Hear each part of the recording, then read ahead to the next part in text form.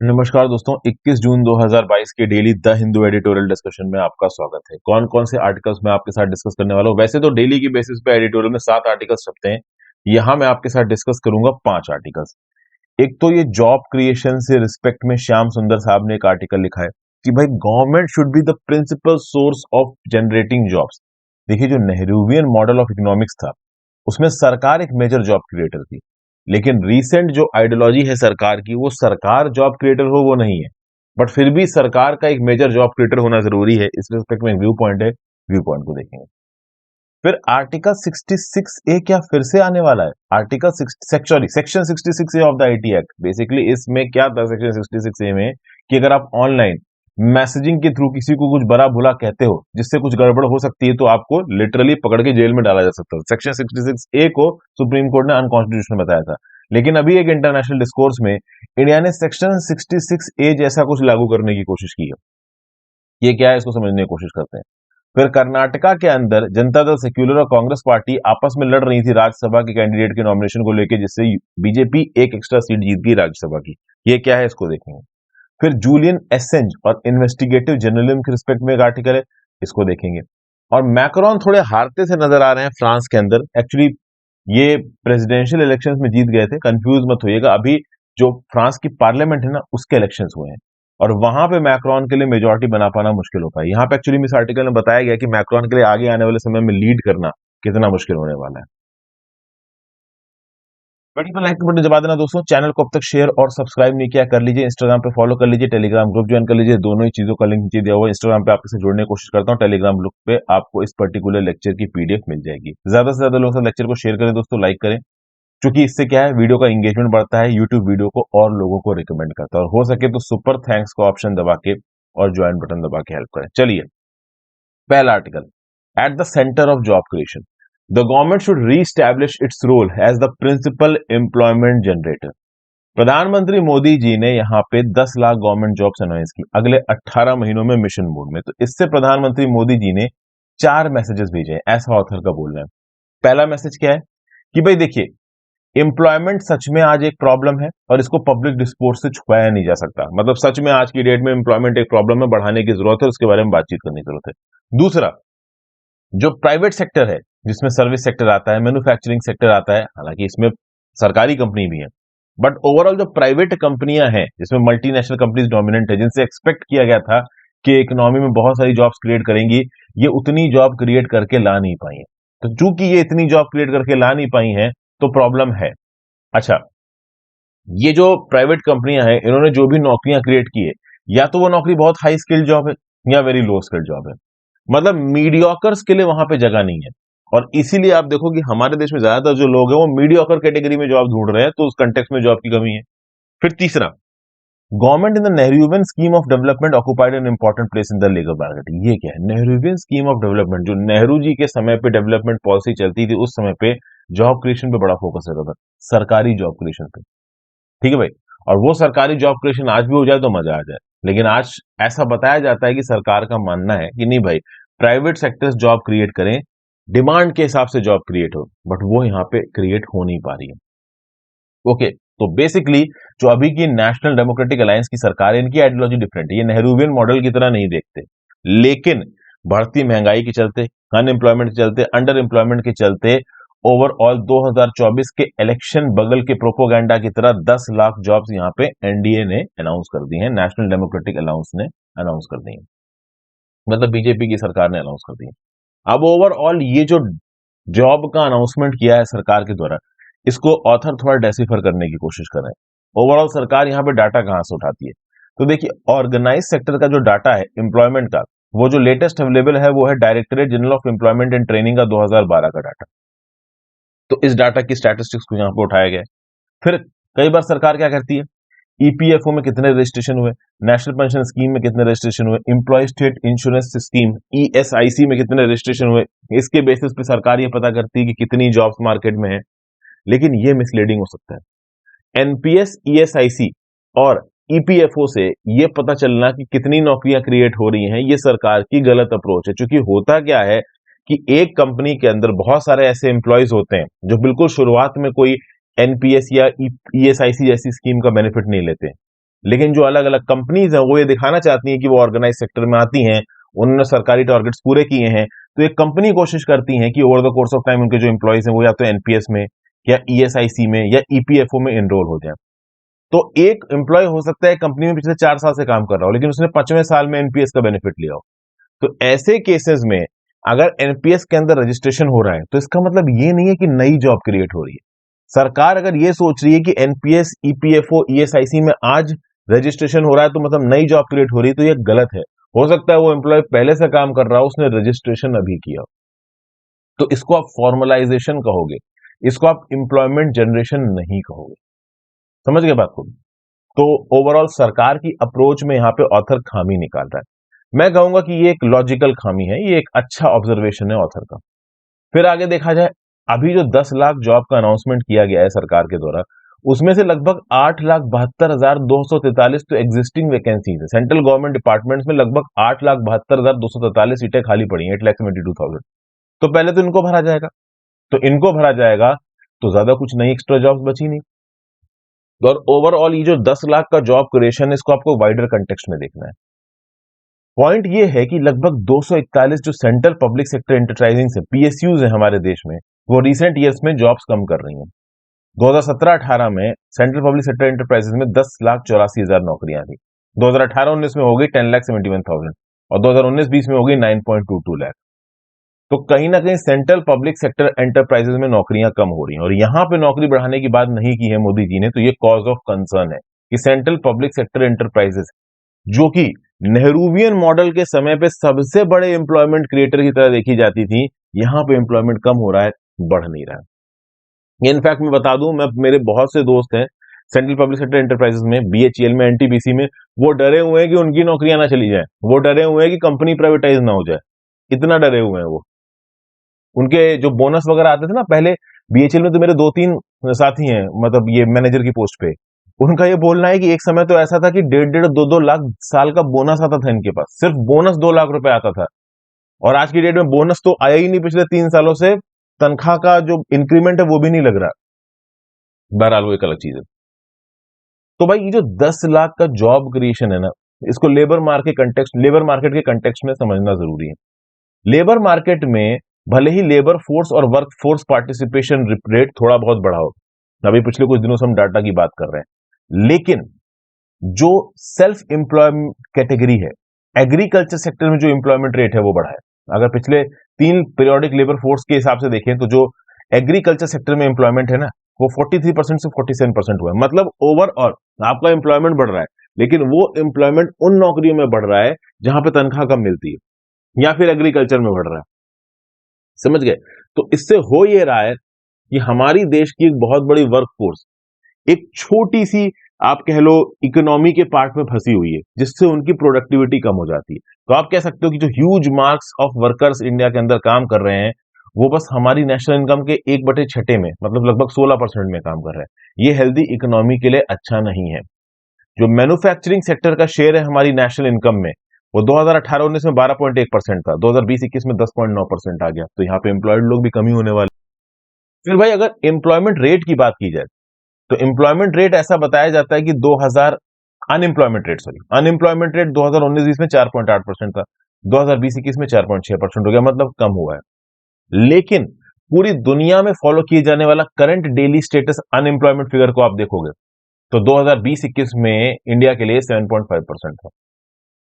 फिर आप बात करो जो एजुकेटेड अनएम्प्लॉयमेंट रेट है, मतलब जो सेकेंडरी स्कूल तक की पढ़ाई की है उससे ज्यादा की पढ़ाई की है, ऐसे जो लोग हैं इनका अनएम्प्लॉयमेंट रेट भी 10% से ज्यादा है। जो यूथ अनएम्प्लॉयमेंट रेट है 15 से 29 साल, ये भी 10% से ज्यादा चल रहा है। इनफैक्ट अगर आप देखो तो जो एम्प्लॉयमेंट बढ़ा है ना, वो इनफॉर्मल इंटरप्राइजेस में बढ़ा है। इनफॉर्मल इंटरप्राइजेस में मेन का नंबर 71% से 75% हो गया, वुमेन का 55% से 57% हो गया, टोटल 68 से 71% हो गया फ्रॉम 2017-18 टू 20-21।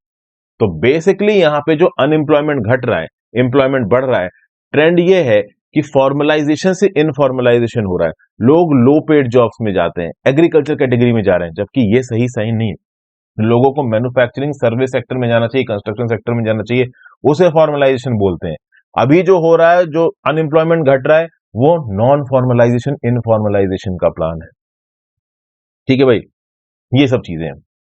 फिर प्राइवेट सेक्टर की बात की जाए तो देखिए नेहरूवियन मॉडल ऑफ डेवलपमेंट में क्या था कि सरकार नौकरी क्रिएट करेगी, लेकिन अब ऑब्वियस सी बात है कि एनडीए सरकार का लॉजिक क्या था कि भाई प्राइवेट सेक्टर को सपोर्ट करो, प्राइवेट सेक्टर नौकरियां यहाँ पे क्रिएट करेगा। लेकिन प्राइवेट सेक्टर भी यहाँ पे मार्केट फोर्सेस के हिसाब से नौकरियां क्रिएट करता है, एक अनलिमिटेड अमाउंट ऑफ नौकरियां प्राइवेट सेक्टर क्रिएट नहीं कर सकता और वो कर भी नहीं रहा है, बात ये भी है।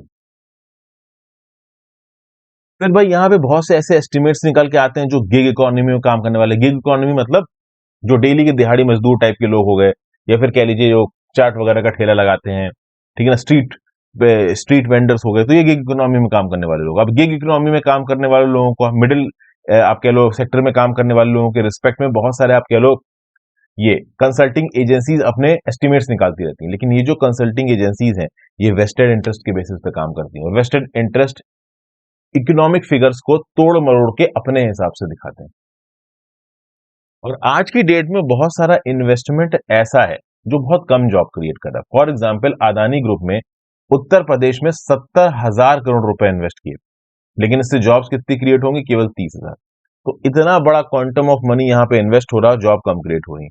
क्या है ना, आज का जमाना डिजिटलाइजेशन का है, और डिजिटलाइजेशन के जमाने में कैपिटल इन्वेस्टमेंट तो ज्यादा है, बट उससे पैदा होने वाली नौकरियां कम है, क्योंकि ज्यादातर काम आपकी मशीनें वगैरह कर रही हैं।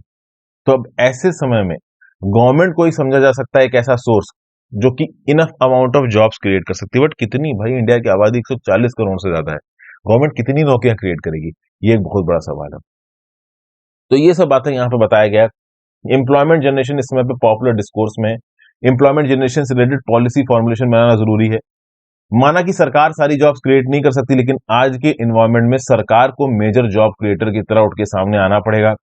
तो मनरेगा जैसी स्कीम्स इंपॉर्टेंट है, जरूरी है कि सीपीईसी और गवर्नमेंट डिपार्टमेंट से नंबर ऑफ वैकेंसीज बढ़ाए जाएं। एक अर्बन प्रोग्राम लेके आया जाए मनरेगा जैसा, ताकि अर्बन इलाकों में जो गरीब है उनको वगैरह को नौकरी मिल सके, काम मिल सके। ये सब बातें यहाँ पे के आर श्याम सुंदरम साहब बोल रहे हैं। फिर नेक्स्ट बात करते हैं रिसरेक्टिंग अ डेड लॉ।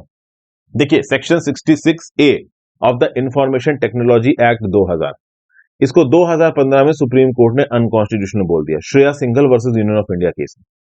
तो Shreya Singhal versus union of India case में सुप्रीम कोर्ट ने क्या बोला कि ये जो भाई सेक्शन 66A है इंफॉर्मेशन टेक्नोलॉजी एक्ट 2000 का, ये गड़बड़ है, क्योंकि इसमें सरकार को बहुत ज्यादा ताकत दी गई थी।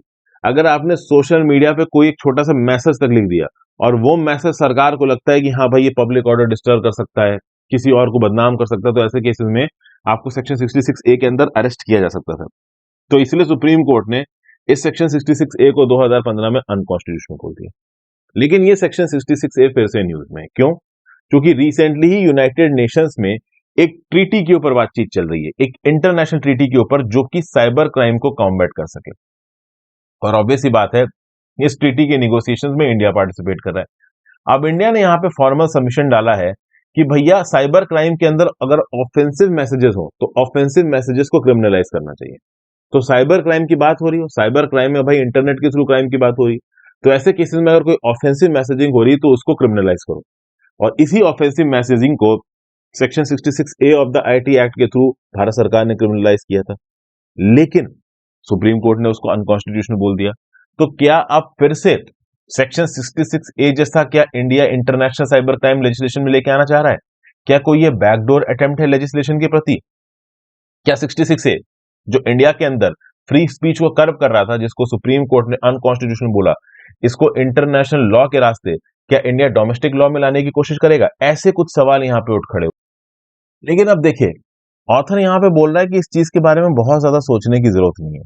इंडिया ऑफेंसिव मैसेज को क्रिमिनलाइज करवाना चाहता है, इंडिया करवाना चाहता है, इसका मतलब ये नहीं कि हो गया। इंटरनेशनल निगोसिएशंस बहुत मुश्किल होते हैं, बहुत कॉम्प्लेक्स होते हैं, और ऐसा नहीं कि इंडिया यहां पे कुछ प्रपोज कर देगा तो वो हो ही जाएगा। यूके और बहुत सी कंट्रीज हैं जो यूरोपियन यूनियन में, वो ऑलरेडी इंडिया के इस ऑफेंसिव मैसेजेस वाले जो सजेशन को रिजेक्ट कर चुकी हैं। वो बोल चुकी है कि नहीं भाई ये सजेशन ठीक नहीं है, ये democratic rights freedom of speech के अगेंस्ट जाता है। लेकिन मान लीजिए एक बार को हम मान लें कि इंडिया का प्रपोजल एक्सेप्ट हो जाता है और ऑफेंसिव मैसेजेस को क्रिमिनलाइज कर दिया जाता है इंटरनेशनल लॉ में, तो क्या इसका इंडियन लीगल सिस्टम पे कोई फर्क पड़ेगा? टेक्निकली देखा जाए तो Indian legal system dualist state है। ड्यूलिस्ट स्टेट का मतलब क्या होता है कि इंटरनेशनल लॉज अलग और इंडियन लॉज अलग, ठीक है ना। ऐसा नहीं है कि अगर इंटरनेशनल लॉ में कुछ बन गया तो वो इंडियन लॉ में ऑटोमेटिकली अप्लाई हो जाएगा, नहीं, ऐसा नहीं। अगर इंटरनेशनल लॉ को भी इंडियन लॉ में लेके आना है तो उसको पार्लियामेंट के एक कानून के थ्रू लेके आना पड़ेगा। लेकिन आजकल हो ये रहा है, ऑथर बोल रहा है कि सुप्रीम कोर्ट मोनिज्म की थ्योरी की तरफ जा रहा है। What is monism? मोनिज्म की थ्योरी ये होती है कि इंटरनेशनल लॉ को ऑटोमेटिकली डोमेस्टिक लॉ में इंक्लूड कर लिया जाए, इम्बाइब कर लिया जाए। तो सुप्रीम कोर्ट अपने बहुत सारे जजमेंट्स में मोनिज्म के थ्रू तरफ जाता हुआ नजर आया। चाहे आप Vishakha versus state of Rajasthan 1997 की बात कर लो, national legal service authority versus union of India 2014 की बात कर लो, case Puttaswamy versus union of India 2018 की बात कर लो, इसमें कहीं ना कहीं सुप्रीम कोर्ट डोमेस्टिक लॉ में इंटरनेशनल लॉ को जोड़ता नजर आया। क्योंकि क्या है ना, आज की डेट में डोमेस्टिक लॉ के कंपैरिजन में इंटरनेशनल लॉ बहुत प्रोग्रेसिव होता है। इंटरनेशनल लॉ ज्यादातर यूएस और यूरोपियन यूनियन जैसी कंट्रीज के साथ स्टैब्लिश किए गए होते हैं। वो up ahead of their times होते हैं, बहुत फ्यूचरिस्टिक होते हैं, फ्री होते हैं, आप कह लो डेमोक्रेसी को प्रमोट करने वाले होते हैं। इसलिए सुप्रीम कोर्ट नॉर्मल कर केसेस में इंटरनेशनल लॉज को नेशनल लॉज के साथ जोड़ने की कोशिश करता है, मोनिज्म की धारणा को फॉलो करता है। समझ गया बात को? तो भाई ओवरऑल अगर आप देखो तो मोनिज्म के हिसाब से देखा जाए तो क्या फिर अगर इंडिया मान लीजिए ऑफेंसिव मैसेजेस को क्रिमिनलाइज करवा देता है इंटरनेशनल डिस्कोर्स में, तो क्या सुप्रीम कोर्ट उसको मोनिज्म की तरह हमारे national legal system domestic system में जोड़ देगा? देखिए इस बात के चांसेस बहुत कम है। ओके, ये यहां पे बताया जा रहा है। पहली बात तो सुप्रीम कोर्ट किसी इंटरनेशनल लॉ को डोमेस्टिक लॉ से तब जोड़ता है जब वो किसी म्युनिसिपल लॉ से इनकंसिस्टेंट ना हो, और ऑलरेडी यहां पे सेक्शन 66 ए को सुप्रीम कोर्ट अनकॉन्स्टिट्यूशनल बोल चुका है। तो मुश्किल होगा सुप्रीम कोर्ट यहां पे किसी भी हाल में अगर इंटरनेशनली ऑफेंसिव मैसेज वाला जो प्रावधान है इंडिया साइबर क्राइम में जुड़वा भी देता है तो भी उसको डोमेस्टिक लॉ में इंक्लूड कर पाना मुश्किल होगा, सुप्रीम कोर्ट करेगा भी नहीं। तब कुछ हो सकता है अगर parliament article 253 of the constitution के अंदर सेक्शन 66 ए को फिर से स्टैट्यूट बुक पे लाने की कोशिश करे, या फिर किसी एग्रीमेंट या कन्वेंशन के हिसाब से ओवरऑल जो ऑफेंसिव मैसेज वाला जो आप कह लो स्टैट्यूट है या फिर जो लॉ है, इसको हमारे कह लीजिए प्रावधान में जोड़ने की कोशिश की जाए, किसी स्टैट्यूटरी लॉ में जोड़ने की कोशिश की जाए। मतलब इंटरनेशनल लेजिस्लेशन बनाने के बाद आर्टिकल 253 का इस्तेमाल करके पार्लियामेंट इस ऑफेंसिव मैसेज वाली कैटेगरी को, जिसको सेक्शन 66 ए के थ्रू सुप्रीम कोर्ट हटा चुका है, इसको फिर से हमारी स्टैट्यूट बुक में लाने की कोशिश की जाए। लेकिन उसके बाद भी ऑथर बोल रहा है कि अगर ये आ भी गया तो फिर ये सुप्रीम कोर्ट में चैलेंज होगा, फिर से सुप्रीम कोर्ट इसको रिजेक्ट करेगा, इसको अनकॉन्स्टिट्यूशनल बोलेगा। मतलब ऑथर ये बोल रहा है कि इस बात की टेंशन लेने की कोई जरूरत नहीं है कि ऑफेंसिव मैसेज को इंटरनेशनल प्लेटफॉर्म पे इंट्रोड्यूस करने की कोशिश कर रहा है इंडिया, क्योंकि वहां पे इंट्रोड्यूस, पहली बात तो वहां इंट्रोड्यूस होना मुश्किल है, और अगर हो भी गया इंटरनेशनली तो उसको इंडिया में ला पाना मुश्किल है, और इंडिया अब ले भी आए तो भी सुप्रीम कोर्ट उसको अनकॉन्स्टिट्यूशनल बोल देगा। लेकिन ऑथर फिर एंड में यही सरकार की बुराई कर रहा है कि जब ऑलरेडी एक बार सेक्शन 66 ए जैसी चीज को सुप्रीम कोर्ट अनकॉन्स्टिट्यूशनल बोल चुका है तो जबरदस्ती उसको इंटरनेशनली इंक्लूड कराने की क्या जरूरत है अपने ऑफिशियल स्टांस के थ्रू भारत सरकार को। इस प्रकार से प्रभाष रंजन साहब यहां पे क्रिटिसाइज कर रहे हैं सरकार को। नेक्स्ट बात करते हैं divided opposition helps BJP. Basically Karnataka के अंदर राज्यसभा की सीट को लेके जो कांग्रेस और जनता दल सेक्युलर नाम की पॉलिटिकल पार्टीज लड़ रही हैं, इससे बीजेपी को फायदा हुआ है। तो भैया कर्नाटका में 4 राज्यसभा सीटों में इलेक्शन हुए। अब यहां पे बहुत प्रिंसिपल आप कह लो द्वेष की भावना थी कांग्रेस और जेडीएस के बीच में, जिससे बीजेपी ज्यादा सीटें खींच गई और इनको कम मिल पाई। कुछ लोकल ईगो क्लैशेस थे कांग्रेस के लीडर्स और जनता दल सेक्युलर के लीडर्स के बीच में। कांग्रेस चाहता था कि former prime minister HD Deve Gowda Rajya Sabha के मेंबर बने। ओके, एक्चुअली 2020 में एचडी देवेगौड़ा साहब जनता दल सेक्युलर की तरफ से राज्यसभा के मेंबर बनने जा रहे थे, तो कांग्रेस ने उस समय मदद कर दी थी। तो कांग्रेस ने बोला कि चूंकि आपके कैंडिडेट एचडी देवेगौड़ा को हमने राज्यसभा का मेंबर बनाया था 2020 में, तो इस बार हमारे कैंडिडेट को जनता दल सेक्युलर को मेंबर बनाना चाहिए। मतलब चूंकि कांग्रेस ने जनता दल सेक्युलर की मदद 2020 में की थी देवेगौड़ा को बनाने के लिए राज्यसभा मेंबर, तो इस बार आप हमारी मदद करो, ऐसा कांग्रेस ने जनता दल सेक्युलर से बोला। लेकिन जनता दल सेक्युलर मदद करने के मूड में नहीं थी। इन 4 सीटों में से 3 बीजेपी जीत गई, 1 कांग्रेस जीती। ठीक है, जनता दल सेक्युलर कोई भी सीट यहां पे नहीं जीती। अब समझते हैं यहां पे हुआ क्या। जनता दल सेक्युलर को बहुत बार बी टीम ऑफ बीजेपी भी बोला जाता है, जबकि जनता दल सेक्युलर बोलती है कि हम बीजेपी के साथ नहीं है, हम एक इंडिपेंडेंट पॉलिटिकल पार्टी है। ओके, कांग्रेस ने यहां पे क्या किया, कांग्रेस ने जो अपना दूसरा कैंडिडेट था वो एक मुस्लिम यहां पे फील्ड कर दिया, क्योंकि अब यहां पे कांग्रेस अपने आप को एक रिलीजन इंडिपेंडेंट पार्टी दिखाने की कोशिश कर रही है, क्योंकि कर्नाटका के अंदर आप देख रहे हो कि धर्म के नाम पे काफी बवाल चल रहा है, और कांग्रेस चाहती थी जनता दल सेक्युलर उनको सपोर्ट दे। जनता दल सेक्युलर ने बोला कि जयराम रमेश को राज्यसभा में जितवाने के बाद कांग्रेस के पास केवल 25 वोट एक्स्ट्रा थे, तो ये मुस्लिम कैंडिडेट जीत नहीं सकता था, तो उसको यहाँ पे खड़े करने की क्या जरूरत थी जब आप जानते हो कि यार ये हार जाएगा। ओके, तो कुल मिला के अगर आप देखो तो कांग्रेस ने जिस कैंडिडेट को फील्ड किया, बैक एंड से कांग्रेस चाहता था कि जनता दल सेक्युलर उस कैंडिडेट को सपोर्ट करे, जनता दल सेक्युलर चाहता था कि कांग्रेस उसके कैंडिडेट को सपोर्ट करे। किसी ने किसी को कैंडिडेट को सपोर्ट नहीं किया और 3 सीटें यहां पे बीजेपी के पास चली गई। तो इससे अगर आप देखो तो कहीं ना कहीं कांग्रेस और जनता दल सेक्युलर के बीच में कुछ लड़ाई सी होती नजर आ रही है। अगर आप देखें तो लीडर ऑफ द अपोजिशन है जो कांग्रेस के सिद्धरामैया साहब, कर्नाटका प्रदेश कांग्रेस कम्युनिटी के, और प्लस इसके प्रेसिडेंट डीके शिव कुमार। तो leader of the opposition Karnataka में कौन है कांग्रेस की? सिद्धरामैया। और कर्नाटका प्रदेश कांग्रेस कमेटी के प्रेसिडेंट कौन है? डीके शिव कुमार। और फिर एक जनता दल सेक्युलर के लीडर कौन है? एचडी कुमार स्वामी। ये सब अब ओल्ड मैसूर रीजन में अपने अपने सेक्शंस को मोबिलाइज कर रहे हैं, क्योंकि 1 साल के अंदर असेंबली इलेक्शंस आने वाले हैं। तो यहां पे किसी भी प्रकार से कांग्रेस और जनता दल सेक्युलर का कोलिशन बनता नजर नहीं आ रहा, और ये कोलिशन बनना जरूरी है बीजेपी को हराने के लिए। बीजेपी इस समय पे कर्नाटका के अंदर बहुत ज्यादा स्ट्रांग है। जो लिंगायत कम्युनिटी है कर्नाटका की, उसका सपोर्ट है बीजेपी को। तो अगर बीजेपी को हराना है तो एक क्रेडिबल और स्ट्रांग अपोजिशन की जरूरत है, और अपोजिशन की जो 2 सबसे बड़ी पॉलिटिकल पार्टी हैं, कांग्रेस और जनता दल सेक्युलर, वो आपस में एक दूसरे के साथ लड़ती नजर आ रही है। So this is not a good example for Karnataka politics, and this will not create a good alternative in Karnataka politics. ऐसा कुछ यहाँ पे बताया जा रहा है। तो यहाँ पे जूलियन एसेंज का मुद्दा बढ़ रहा है। देखिए, यूनाइटेड स्टेट्स हाथ पांव मुंह सब कुछ धो के पीछे पड़ गया है जूलियन एसेंज के। इनको किसी भी हाल में जूलियन एसेंज चाहिए। और जो ब्रिटिश होम सेक्रेटरी हैं, बेसिकली आप कह लीजिए वहां की जो मिनिस्टर है प्रीति पटेल, इन्होंने परमिशन दे दी है कि हाँ भाई ठीक है, हम जूलियन एसेंज को एक्स्ट्राडाइट कर देंगे यूएस को। ये क्रिमिनल चार्जेस के लिए वांटेड है यूएस में एस्पियोनाज एक्ट ऑफ 1917 के वायलेशन के लिए जूलियन एसेंज को बुक किया गया है। और जो भी इल्जाम यहाँ पे जूलियन एसेंज के ऊपर लगाए गए हैं, इससे आराम से जूलियन एसेंज 175 साल तक जेल के अंदर पड़े रहेंगे। अब डोनाल्ड ट्रंप के समय पे ये सारे इल्जाम जूलियन एसेंज के ऊपर लगाए गए थे। इनके ऊपर इल्जाम यह है कि यूएस सोल्जर्स चेल्सी मैनिंग के साथ इन्होंने कोलैबोरेट किया। चेल्सी मैनिंग ने इनको इंपॉर्टेंट सेंसिटिव डॉक्यूमेंट्स दिए, और वो डॉक्यूमेंट्स wikileaks.org पे रिलीज कर दिए जूलियन एसेंज ने। इसलिए जूलियन एसेंज को यहाँ पे ट्राई किया जा रहा है first world war era act, espionage act of 1917 के अंदर। अब समझिए, अलग अलग सरकारों का इस मुद्दे पे अलग अलग स्टांस रहा है। डोनाल्ड ट्रंप से पहले जो राष्ट्रपति थे बराक ओबामा, उसके अंदर वाइस प्रेसिडेंट थे जो बाइडेन। उस समय पे जो जस्टिस डिपार्टमेंट था यूएस का, उसने क्या बोला था कि ठीक है भाई, हम जूलियन एसेंज के ऊपर क्रिमिनल चार्जेस नहीं लगाएंगे, हम विकीलीक्स के पीछे नहीं पड़ेंगे, क्योंकि इससे क्या है, कंट्री की जो फ्रीडम लॉज हैं, जो प्रेस लॉज हैं, इनको नुकसान पहुंचेगा। यूएस कॉन्स्टिट्यूशन में जो पहला संशोधन है, फर्स्ट अमेंडमेंट है, वो फ्रीडम ऑफ एक्सप्रेशन गारंटी करता है। तो अब इस केस में अगर हम किसी एक पर्टिकुलर इंडिविजुअल के पीछे पड़ जाते हैं, तो वो प्रेस फ्रीडम को दबाने वाली बात होगी, ऐसा बैरक ओबामा ने बोला। लेकिन बैरक ओबामा के जो मॉरल्स थे, ये डोनाल्ड ट्रंप को समझ में नहीं आया। डोनाल्ड ट्रंप ने तो बोला कि मैं इस जूलियन एसेंज को छोड़ूंगा नहीं।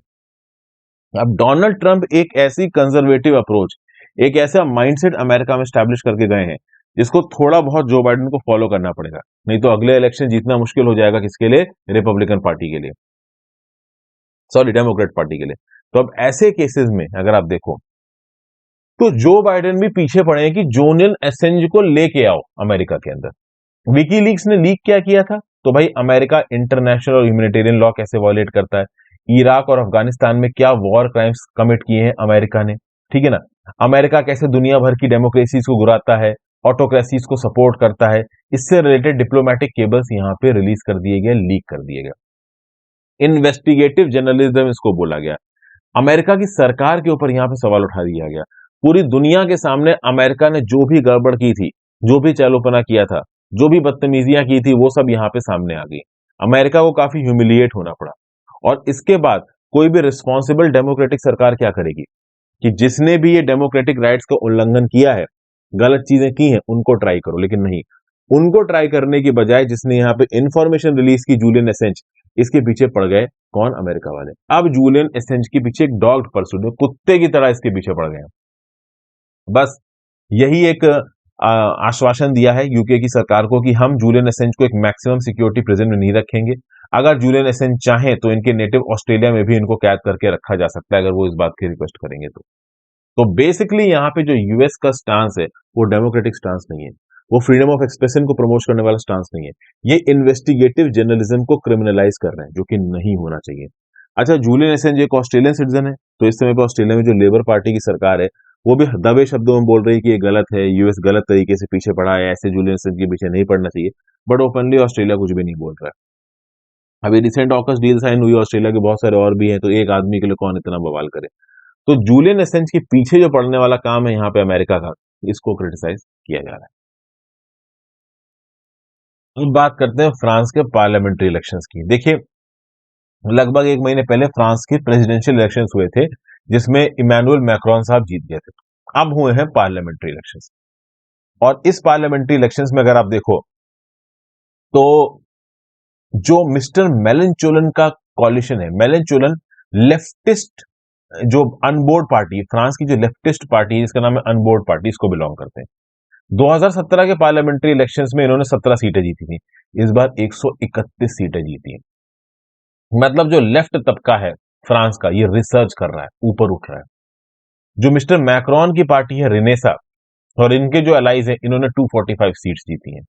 इनको एब्सोल्यूट मेजोरिटी के लिए 289 चाहिए थे, मेजोरिटी नहीं पा पाए।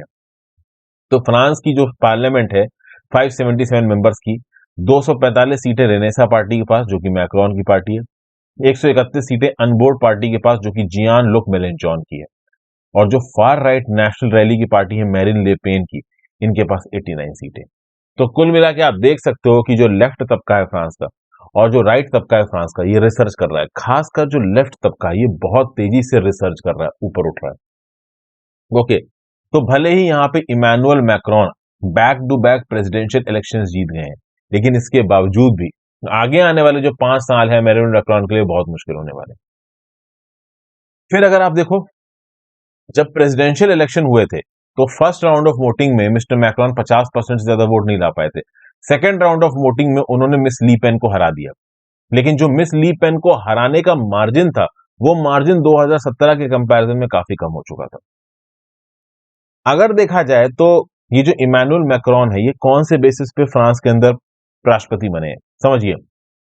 जो सेंटर लेफ्ट सोशलिस्ट है और जो सेंटर राइट कंजर्वेटिव है, इसके बीच में एक बैलेंस स्थापित करने का जो आइडिया था, वो इमैनुअल मैक्रोन ने सामने रखा, और इसके बेसिस पे इमैनुअल मैक्रोन एक लिबरल पॉपुलिस्ट की तरह लीडर बन के सामने आ गए। लेकिन एक्चुअली में एक न्यूट्रल अप्रोच को ग्राउंड लेवल पे इंप्लीमेंट करना बहुत मुश्किल होता है। ये अब इमैनुअल मैक्रोन को पता चल रहा है। इमैनुअल मैक्रोन ने बहुत सारी pro market economic policies, social liberalism जैसी चीजों को प्रमोट किया, लेकिन क्या है ना कि फ्रांस की पॉलिटिक्स इस समय पे हिली हुई है। फ्रांस के अंदर कॉस्ट ऑफ लिविंग क्राइसिस बढ़ रही है। क्यों? क्योंकि भाई महंगाई बढ़ रही है।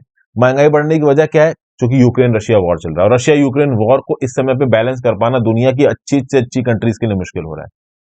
यहां पे मेन एजेंडा इकोनॉमिक बताया गया है।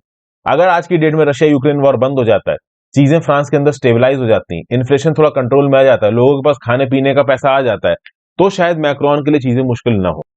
लेकिन जब इकोनॉमिक फ्रंट पे प्रॉब्लम है, चीजों के दाम बढ़ रहे हैं, फ्यूल और इलेक्ट्रिसिटी के दाम बढ़ रहे हो, कंज्यूमर प्राइस इन्फ्लेशन बढ़ रहा हो, ऐसे समय में जो लोगों के अंदर भाव होता है ना, वो गुस्से का भाव होता है। लोग फ्रस्ट्रेट होते हैं, नाराज होते हैं सरकार से, गवर्नेंस के ऊपर गलतियां निकालने लगते हैं। और इस समय पे होता क्या है, इस समय पे होता यह है कि सरकार के लिए चीजें कंट्रोल कर पाना मुश्किल हो जाता है, तो लोग अल्टरनेटिव ढूंढने लगते हैं। और अल्टरनेटिव्स की तरह आपको लेफ्ट सोशलिस्ट और राइट कंजर्वेटिव दोनों नजर आ रहे हैं, समझिए। तो बेसिकली ये लेफ्टिस्ट और राइटिस्ट, ये अपनी आइडियोलॉजी को डोमिनेट कर रहे हैं उस गुस्से के बेसिस पे जो कि फ्रांस में इस समय पे उठ रहा है, इस पेंडेमिक और रशिया यूक्रेन वॉर के चलते। तो कहीं ना कहीं महंगाई, लोगों को अच्छा खाना, जो भी सुविधाएं हैं, जो भी फ्रांस के लिविंग स्टैंडर्ड है, कॉस्ट ऑफ लिविंग है, इसको कम करना पड़ेगा मैक्रोन को। और मैक्रोन ये तब तक कम नहीं कर सकते जब तक रशिया यूक्रेन का वॉर नहीं बंद हो जाता। तो अब ऐसे केसेस में आगे आने वाले 5 साल फ्रांस में इमैनुअल मैक्रोन के लिए बहुत मुश्किल होने वाले हैं। लेट्स सी ये जो पॉलिटिक्स है फ्रांस की किस तरफ जाती है। तो ये था आज का डिस्कशन दोस्तों। आई होप आपको कुछ ना कुछ सीखने को मिला हो। अपने व्यू पॉइंट नीचे कमेंट बॉक्स में देके जरूर जाइएगा दोस्तों। ज्यादा से ज्यादा लोगों के साथ दोस्तों लेक्चर को शेयर करें। जितना ज्यादा आप लेक्चर को शेयर करोगे, लाइक करोगे, उतना ही इस पर्टिकुलर वीडियो का एंगेजमेंट बढ़ेगा। वीडियो का एंगेजमेंट बढ़ेगा तो ऑब्वियस सी बात है यूट्यूब वीडियोस को और रिकमेंड करेगा। Thank you for watching friends. ज्यादा से ज्यादा लोग सर मतलब ज्वाइन और सुपर थैंक्स का ऑप्शन दबा के जाना। Have a great day, good bye.